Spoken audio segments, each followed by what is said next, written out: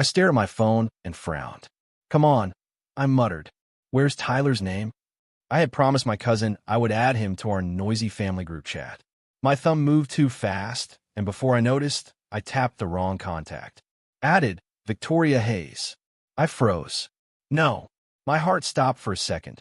No. No. No. I looked at the screen again, hoping I had imagined it. I hadn't. My CEO, Victoria Hayes, was now sitting inside the loudest group chat on earth. Before I could remove her, my phone exploded with notifications. Mom, who is Victoria, sweetheart? Welcome to the family. I nearly dropped my phone. Dad, any friend of my son is welcome here. Lily, wait, is this a girlfriend? Faced with tears of joy, I whispered, I'm dead. My finger rushed toward the remove button. Too late. Mom had already started typing again. Mom, Victoria, don't be shy. We all love meeting Daniel's friends. I buried my face in my hands. This can't be happening. Another message appeared. Lily, Mom, stop scaring people. Mom, I'm just being friendly. Dad, exactly. Then another notification. Mom sent 5 childhood photos. No. I opened them in horror. The first showed me wearing a superhero cape made from a towel. The second had me crying because my birthday cake had fallen. The third, oh, you've got to be kidding me. I was standing in oversized rain boots, holding a toy chicken with the biggest smile on my face. Lily replied first. Lily, legend. Dad, you were adorable. I typed as fast as I could. Me, please stop. Mom ignored me.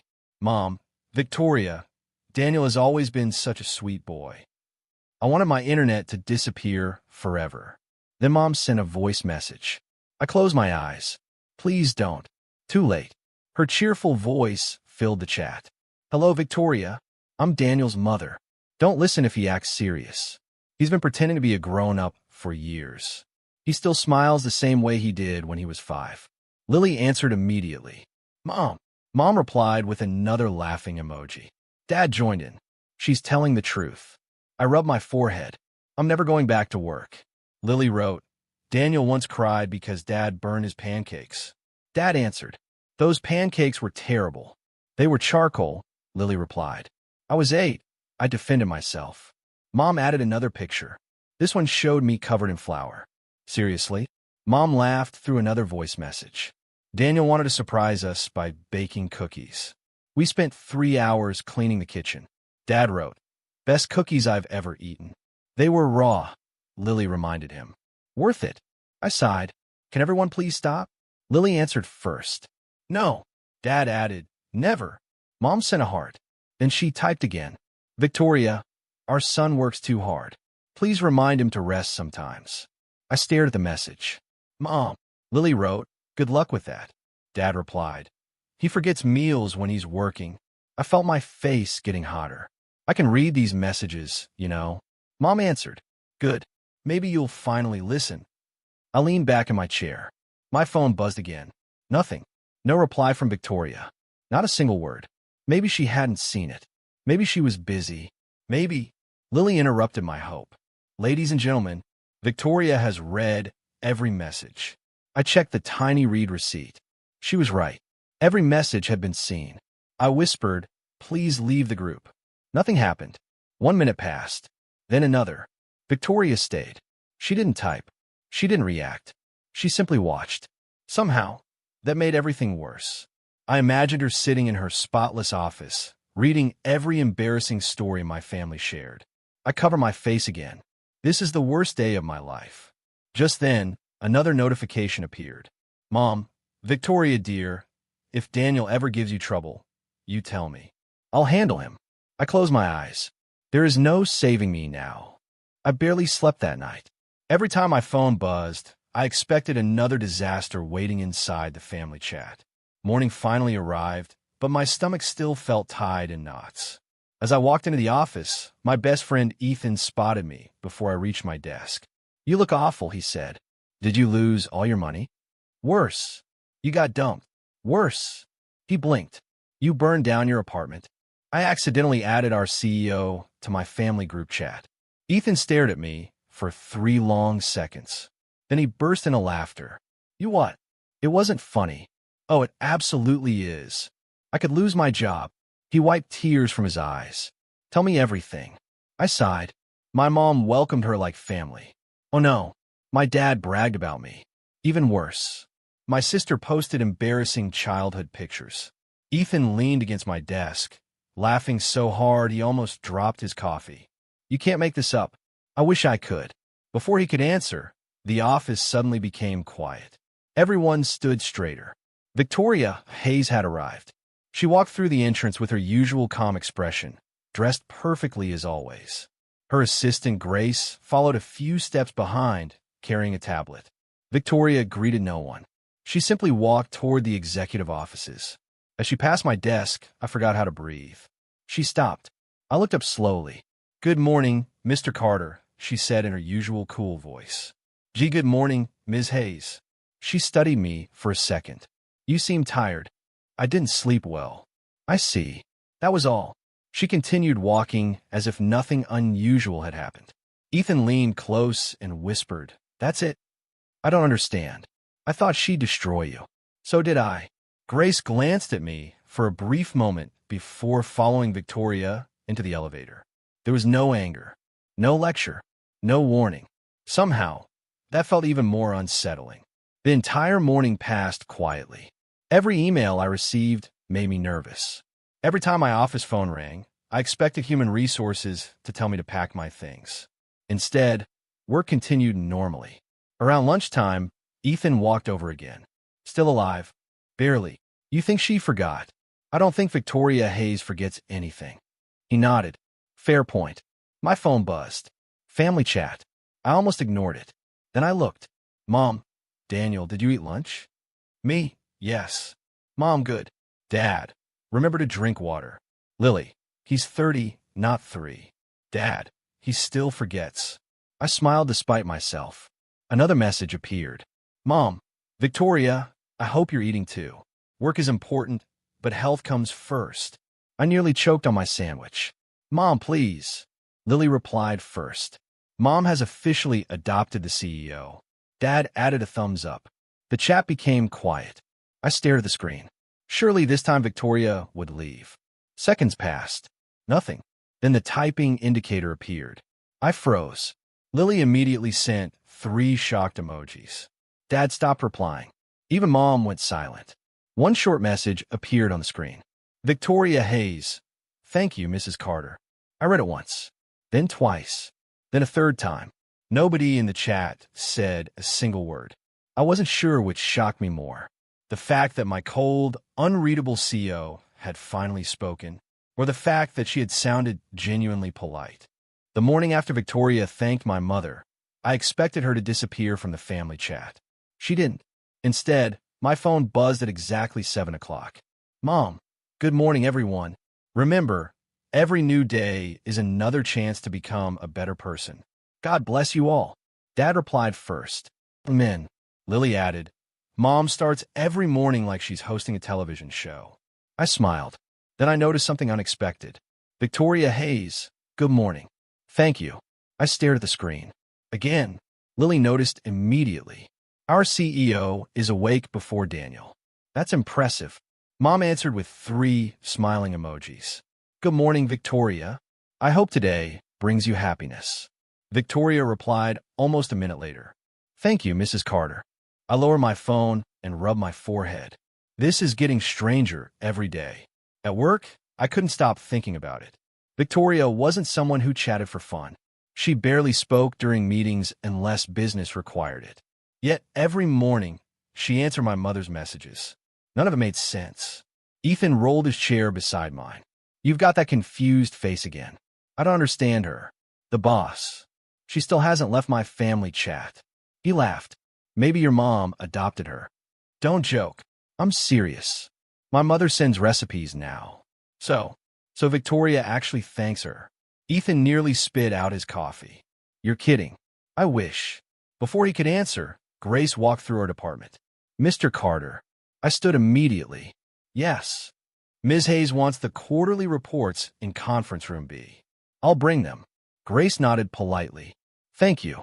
As she walked away, Ethan whispered, See, you're still employed. For now. I carried the reports upstairs. Victoria sat alone at the conference table, reviewing documents. She looked up briefly. "You may come in." I placed the folders in front of her. "Here are the reports." She opened the first file. "Thank you." I hesitated. There was something I wanted to ask. She looked at me. "Go ahead." "My family. Yes. They can be overwhelming. They are lively. I'm really sorry about everything."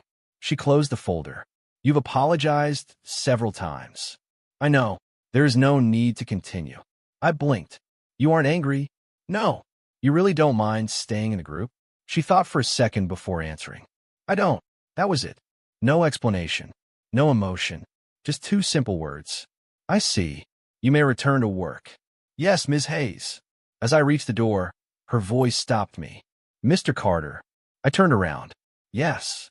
Your mother's vegetable soup recipe." I frowned. "What about it?" "It was surprisingly good." For a full second, I forgot how to speak. "You made it." I followed the instructions. "Did you actually cook? Is that unusual?" I almost laughed. "A little." She looked back at her papers. "It was acceptable." I smiled without meaning to. "I'm glad." When I returned downstairs, Ethan immediately stood. "Well, what? What happened?" I sat down. "She made my mom's soup." He stared at me.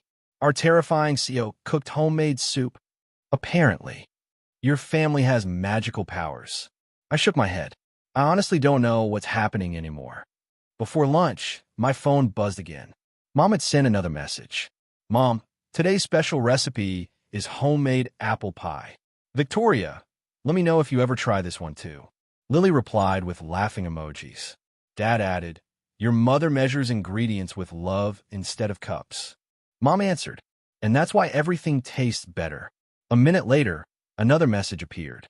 "Victoria Hayes, I will try it this weekend." I cover my face. Ethan noticed. "Another family message?" "Yes." "Let me guess." The boss replied. He grinned. I knew it. Across the office, I noticed someone watching me. Kevin. He looked from my phone to me with narrowed eyes before quietly turning back to his computer. Something about that expression made me uncomfortable. I couldn't explain why.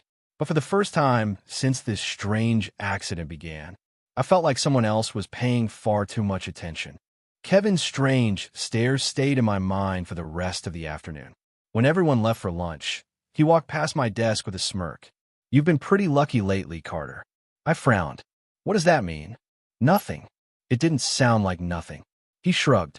"Just saying you've caught the boss's attention. You're imagining things." "Am I?" Before I could answer, he walked away. Ethan rolled his chair closer. "What's his problem?" "I have no idea."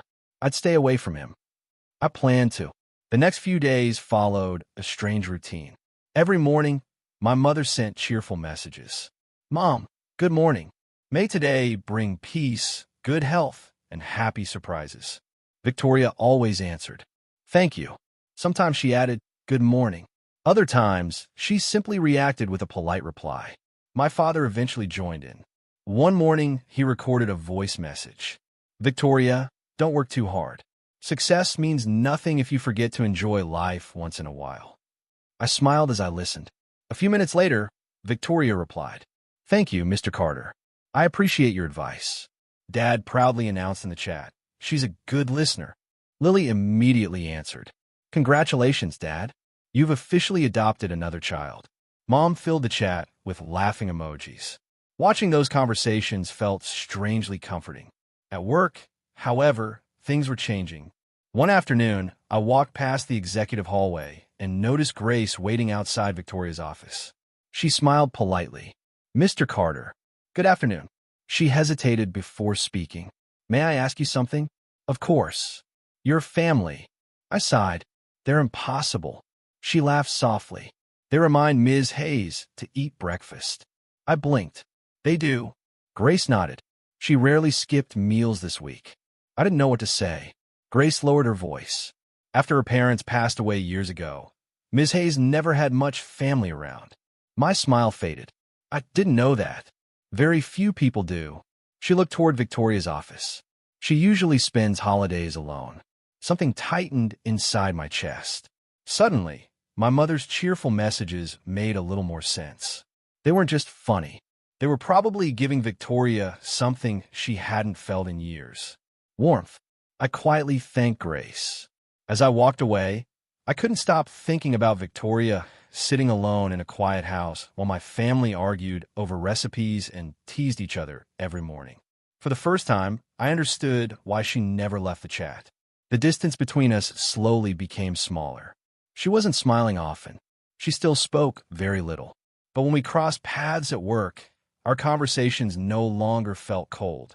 One evening, she simply said, "Tell your father I enjoyed his story about repairing the old truck." I smiled. "I will." She gave a small nod before returning to her office. It was the closest thing to casual conversation we had ever shared. Unfortunately, someone else noticed. Kevin. He watched every interaction. He whispered to co-workers whenever I walked by. Rumors spread through the office. I heard Carter is secretly seeing the CEO. That's why he's always upstairs. No wonder she never criticizes him. Every rumor became more ridiculous than the last. Ethan shook his head. "They're making things up." "I know. You should report Kevin." "I don't have proof." Then everything fell apart. The following Monday, security entered our department. "Daniel Carter?" "Yes." "Please come with us." Confused, I followed them into a meeting room. Victoria sat at the far end of the table with Grace beside her. The head of security placed several printed documents in front of me. Confidential company files were leaked last night. My heart stopped. "What?" "They were accessed using your employee account." "That's impossible." Kevin stood near the doorway, pretending to look shocked. Victoria met my eyes for only a second. Her expression remained calm, but I saw something hidden beneath it. Doubt. Not about me. About the evidence. The security manager spoke again. "Until the investigation is complete, you are suspended immediately." "I didn't do this." Nobody answered. Victoria finally spoke in her professional voice. "Mr. Carter, please cooperate fully with the investigation." Her words sounded distant, formal, cold. But as I stood to leave, our eyes met once more. She gave the smallest, almost invisible nod. It lasted less than a second. Yet somehow I understood. She couldn't defend me in front of everyone. But deep inside, she wasn't convinced I was guilty. The morning after my suspension, I woke up hoping everything had been a nightmare. It wasn't. My work phone had been disabled. My company email no longer opened. Even my employee badge sat useless on my kitchen table. I stared at it for a long time. I really lost everything. My phone buzzed. "Mom. Good morning, sweetheart. Have you eaten?" "I'm not hungry." "You need breakfast." "I'm fine." "No, you're hurting." I closed my eyes. "I'm sorry. You have nothing to apologize for." Dad joined the call. "Son." "Yeah. I've known you your whole life." "I know. You couldn't steal from anyone if you tried." A small laugh escaped me. "I appreciate that. It's the truth." Lily grabbed the phone next. "Big brother." "What?" "If those people think you're guilty, they're idiots." I smiled. "Thanks. We believe you. Always." After the call ended, I sat quietly in my apartment. Losing my job hurt, but something hurt even more. People who had laughed with me every day now acted like I didn't exist. The messages stopped. The invitations disappeared. My name had become something people whispered about. I opened my laptop. Maybe it was time to resign. Maybe fighting wasn't worth it. Just then, my phone rang again. "Ethan, you home?" "Yeah. I'm coming over." "You don't have to. I'm already downstairs." 5 minutes later, he walked in carrying coffee. "You look terrible." "I feel worse." He handed me a cup. "Drink." "I think I'm done." "Done with what?" "The company." "You mean resign?" I nodded. "They've already judged me." Ethan sat across from me. "I haven't. You're one person. Grace hasn't either." I looked up. "What?" "I talked to her." "You did?" "She thinks something doesn't add up." Hope flickered inside me. "What did she say?" "Not much." "Why?" "She has to be careful." I leaned back. "I don't know where to start." "We start with facts." "There aren't any." "There are always facts." He opened my laptop. "You kept copies of old project emails, right?" "Most of them." "Good. What are we looking for?" "Anything strange." For the next 2 hours, we searched through old conversations. Invoices. Reports. Approval records. Nothing. Then Ethan suddenly stopped scrolling. Wait. What? Look at this. I leaned closer. An approval record carried my employee ID. I never signed that. I know. The date is wrong. So, is the timestamp. My heartbeat quickened. Someone changed it. Ethan nodded slowly. And look who submitted the revision request. I read name twice. Kevin. I looked at Ethan. This can't be enough. No, but it's a start. Just then, someone knocked on my apartment door. I wasn't expecting anyone. I opened it carefully. Grace stood outside. She looked nervous. Ms. Grace, may I come in? Of course. She stepped inside and glanced toward the windows before speaking. I shouldn't be here. You don't have to explain. Actually, I do. She took a deep breath. I believe you're innocent. I stared at her. Why? Because Ms. Hayes does. My heart skipped. She does. Grace nodded. She can't say it publicly. I understand. But she's been asking questions that no guilty person would survive. What do you mean? She isn't looking for someone to blame. She's looking for the truth. Ethan folded his arms. And Kevin? Grace hesitated. I've noticed unusual access requests connected to his department. You have proof? Not yet. She reached in her bag and placed a small flash drive on the table. What is this? Copies of security access logs. I looked at her in disbelief. If someone finds out, I know the risk. You could lose your job. She smiled sadly. I'd rather lose my job than protect a lie. Silence filled the room. I looked at the flash drive. For the first time since my suspension, I finally felt like I wasn't fighting alone. I picked up the flash drive with shaking hands. You really trust me with this? Grace nodded. I trust the truth. Ethan plugged the drive into his laptop. Rows of security records filled the screen. He studied them carefully. These logs cover the entire week before the leak. Grace pointed at one entry. Look at the access times. I leaned closer. My employee account opened the records after midnight. But you weren't in the building, Ethan said. I was home. Grace clicked another file. The security cameras recorded everyone entering the archive room. She opened the video. Kevin appeared on the screen. He looked around the hallway before unlocking the door. But that's impossible, I whispered. He used my account. Grace nodded. Someone copied your login information. Ethan paused the video, and Kevin conveniently forgot there were cameras. I finally understood. He planned everything. Grace looked relieved. Now we can prove it. Later that afternoon, my phone rang. Victoria. For a moment, I couldn't answer. Finally, I accepted the call. Hello, Mr. Carter.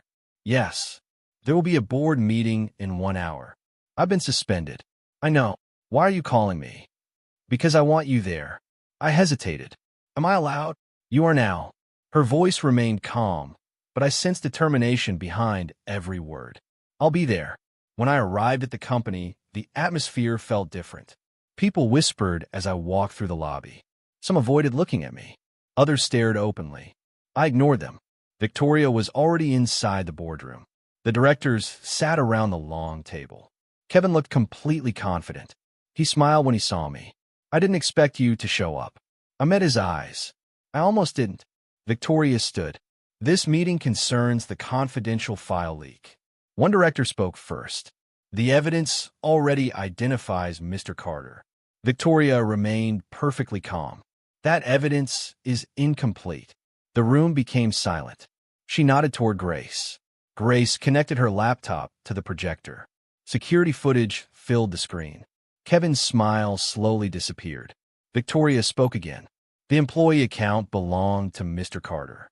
She paused, but the person entering the archive room was someone else. The video played. Kevin walked clearly into the secure office. Nobody spoke. Another director frowned. Can this footage be verified? Grace answered confidently. Yes. She displayed the security logs beside the video. The timestamps match exactly. Ethan stood near the back of the room. He handed Victoria another folder. She opened it. Our internal audit also found altered approval records. She looked directly at Kevin. Every modification leads back to your department. Kevin swallowed. That's ridiculous. Victoria remained calm. Is it? You can't prove I leaked anything. She placed another document on the table. We also recovered deleted login records. Kevin's face turned pale. The chairman looked at him. Do you have an explanation? Kevin stayed silent. Victoria asked one final question. Did you steal company files and frame Mr. Carter? For several seconds, nobody moved. Finally, Kevin lowered his head.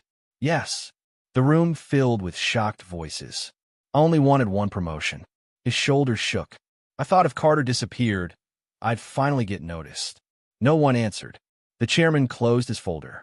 Your employment is terminated immediately. Security escorted Kevin from the room. As he walked past me, he couldn't even look into my eyes. I expected to feel satisfied. Instead, I only felt tired. Justice didn't feel like victory. It felt heavy. After the meeting ended, everyone slowly left. Only Victoria and I remained. She looked out the window before speaking. I owe you an apology. You don't. I do. You couldn't defend me without evidence. She nodded. I still regret it. I smiled faintly. We found the truth. Because people were willing to risk everything. She glanced toward Grace, who quietly closed the boardroom door behind her. Then Victoria looked back at me. Your family changed something. My family. I spent years believing trust was dangerous. She smiled softly, the smallest smile I had ever seen. Your mother expected nothing from me. My father treated me like family. Lily made me laugh. She looked down for a moment. After losing my parents, I forgot what that felt like. I didn't know what to say. Finally, I smiled. They'll be happy to hear that. She nodded gently. I think. She paused before finishing. I like to keep being part of your family chat. Several months passed, and my life finally felt normal again. I walked into the office with my employee badge around my neck instead of packed away in a drawer. People greeted me with smiles instead of whispers. Morning, Daniel. Good morning. Glad to have you back. Thanks. Ethan caught up with me before I reached my desk. Still getting used to being famous? I laughed. I'd rather be invisible. Too late. What? You survived the biggest office scandal we've ever had. I'd rather have skipped that experience. He grinned. Fair. Work no longer controlled every part of my life. I still cared about doing my job well, but I wasn't staying late every night or skipping meals anymore. Every morning, my mother made sure of that. Mom, breakfast first. Success second. Dad always followed. Listen to your mother. Lily added, for once. The family chat had become part of everyone's daily routine, including Victoria's. At exactly 7 every morning, her quiet reply appeared. Good morning. Or sometimes, thank you. Simple words. But they always made my mother smile. One afternoon, Ethan leaned against my desk. About a serious question. I'm already worried. Has the boss always smiled this much? I looked toward Victoria's office. Through the glass wall, I saw her thanking Grace with a gentle smile. A few employees actually looked surprised. No, I admitted. She hasn't. It's weird. It's nice. Grace walked past us carrying several folders. Good afternoon. Hi, Grace. She smiled. Ms. Hayes asked me to remind you about tomorrow's meeting. I'll be there. Grace nodded. And, yes. She also said not to skip lunch. Ethan burst out laughing.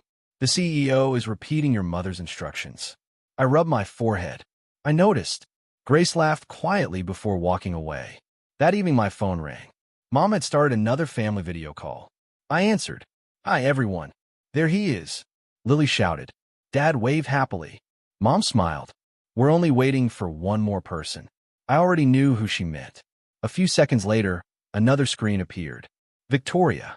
She looked slightly uncomfortable. Good evening. Mom beamed. Victoria, we missed you yesterday. I had a late meeting. Work can wait sometimes. Victoria smiled. I know. Dad leaned closer to his camera. Have you been eating properly? Yes, Mr. Carter. No skipping breakfast? No. Lily pointed at the screen dramatically. I can't believe our CEO actually reports to Dad now. Victoria laughed. A real laugh. Not just a polite smile. I couldn't remember hearing it before. Mom clapped happily. There it is. Victoria looked confused. What? Your laugh. She lowered her eyes shyly. I suppose it escaped. It should escape more often, Mom replied. Nobody argued. Later that week, Mom made another announcement. Victoria. Yes, Mrs. Carter. You've been avoiding us. Victoria blinked. I have. You still haven't visited for dinner. She looked surprised. I wouldn't want to disturb your family. Dad answered immediately. Nonsense. You're already family. Victoria didn't speak. Mom smiled warmly. Come this Saturday. You don't have to bring anything. Just yourself. Victoria hesitated. Lily interrupted. That's not a request. It's an order. Everyone laughed. Victoria looked at me. What do you think? I smiled. I think they'd be disappointed if you said no. She looked back at my parents. And she gave the smallest nod. I'd like to come. Mom cheered. I'll make your favorite vegetable soup. Victoria blinked. You remembered? Of course. Dad added proudly. And I'll make homemade bread. Lily grinned. I'll just stay out of the kitchen. Smart choice, I said. She pointed at me. I heard that. The call ended with everyone smiling. As I set my phone down, I realized something. Months earlier, I had been terrified that one accidental tap had ruined my life. Now, that same mistake had become part of my happiest memories. And on Saturday, Victoria Hayes would finally walk through my parents' front door, not as my cold CEO, but as some of my family had already welcomed into their hearts. Saturday arrived faster than I expected. As I parked outside my parents' house, another car pulled in beside mine. Victoria stepped out carrying a small gift bag. You didn't have to bring anything, I said. I know. Then why did you? She smiled softly. My parents taught me never to arrive empty-handed. For a moment, neither of us spoke. Then she looked at me.